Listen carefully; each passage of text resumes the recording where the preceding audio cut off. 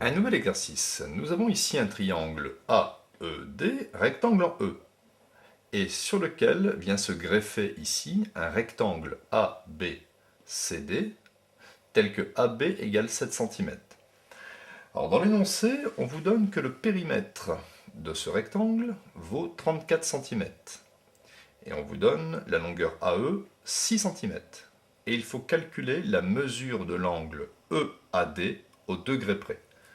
EAD, c'est cet angle-ci. Et on vous demande dans cet exercice de réflexion de calculer cet angle EAD arrondi au degré près. Alors, correction. Afin de calculer cet angle, il me faut, dans ce triangle AED rectangle en E, deux mesures. Je vais écrire par exemple cosinus de l'angle EAD est égal. Côté adjacent. Le côté adjacent, c'est à cet angle, c'est AE. AE divisé par hypoténuse. L'hypoténuse de ce petit triangle, c'est AD, le côté le plus long. J'obtiens donc le cosinus de EAD est égal à AE, je le connais, 6, mais AD, je ne le connais pas. Alors, je vais pouvoir connaître AD grâce, ici, au périmètre égal 34 cm. Nous allons chercher maintenant, ici, AD, qui représente la longueur du rectangle. Je vais utiliser périmètre de ce rectangle égal 34.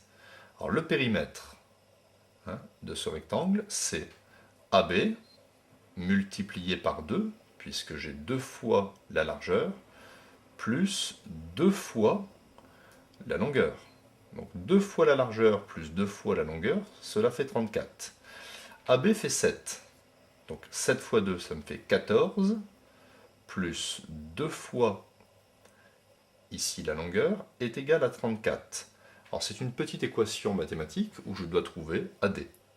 Donc ça fait 2 fois AD est égal à 34 moins 14. Le plus 14 passe à droite du égal, il devient, je change de signe, et il devient moins. Ce qui me donne 2AD est égal à 34 moins 14, j'obtiens 20, et à la fin je divise par 2, AD est égal à 20 divisé par 2, AD me donne 10. Donc j'ai trouvé AD égale 10, je le place ici, et je reviens à mon calcul. Cosinus EAD est égal à 6 sur 10.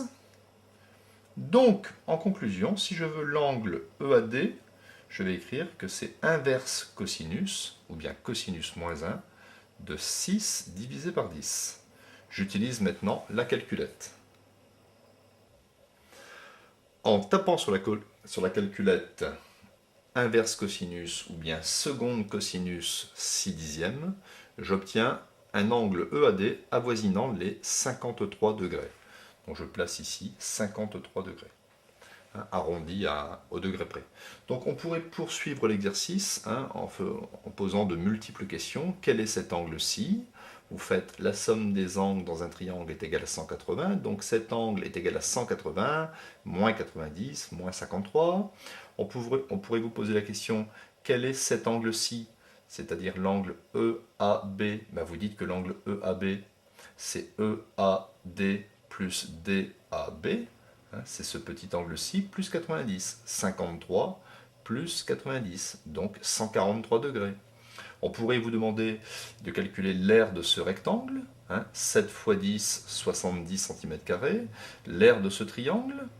Donc l'aire de ce triangle, c'est base fois hauteur divisé par 2, mais vous n'avez pas la base. Donc pour trouver la base, on pourrait très bien faire le théorème de Pythagore, utiliser ce théorème en écrivant que AD carré égale AE carré plus ED carré. On connaît 10, on connaît 6, on peut trouver facilement ED. Une fois qu'on a ED, on peut recalculer l'aire du triangle, etc. Vous voyez, toutes les notions se mélangent. Au plus on travaille, au plus on est costaud.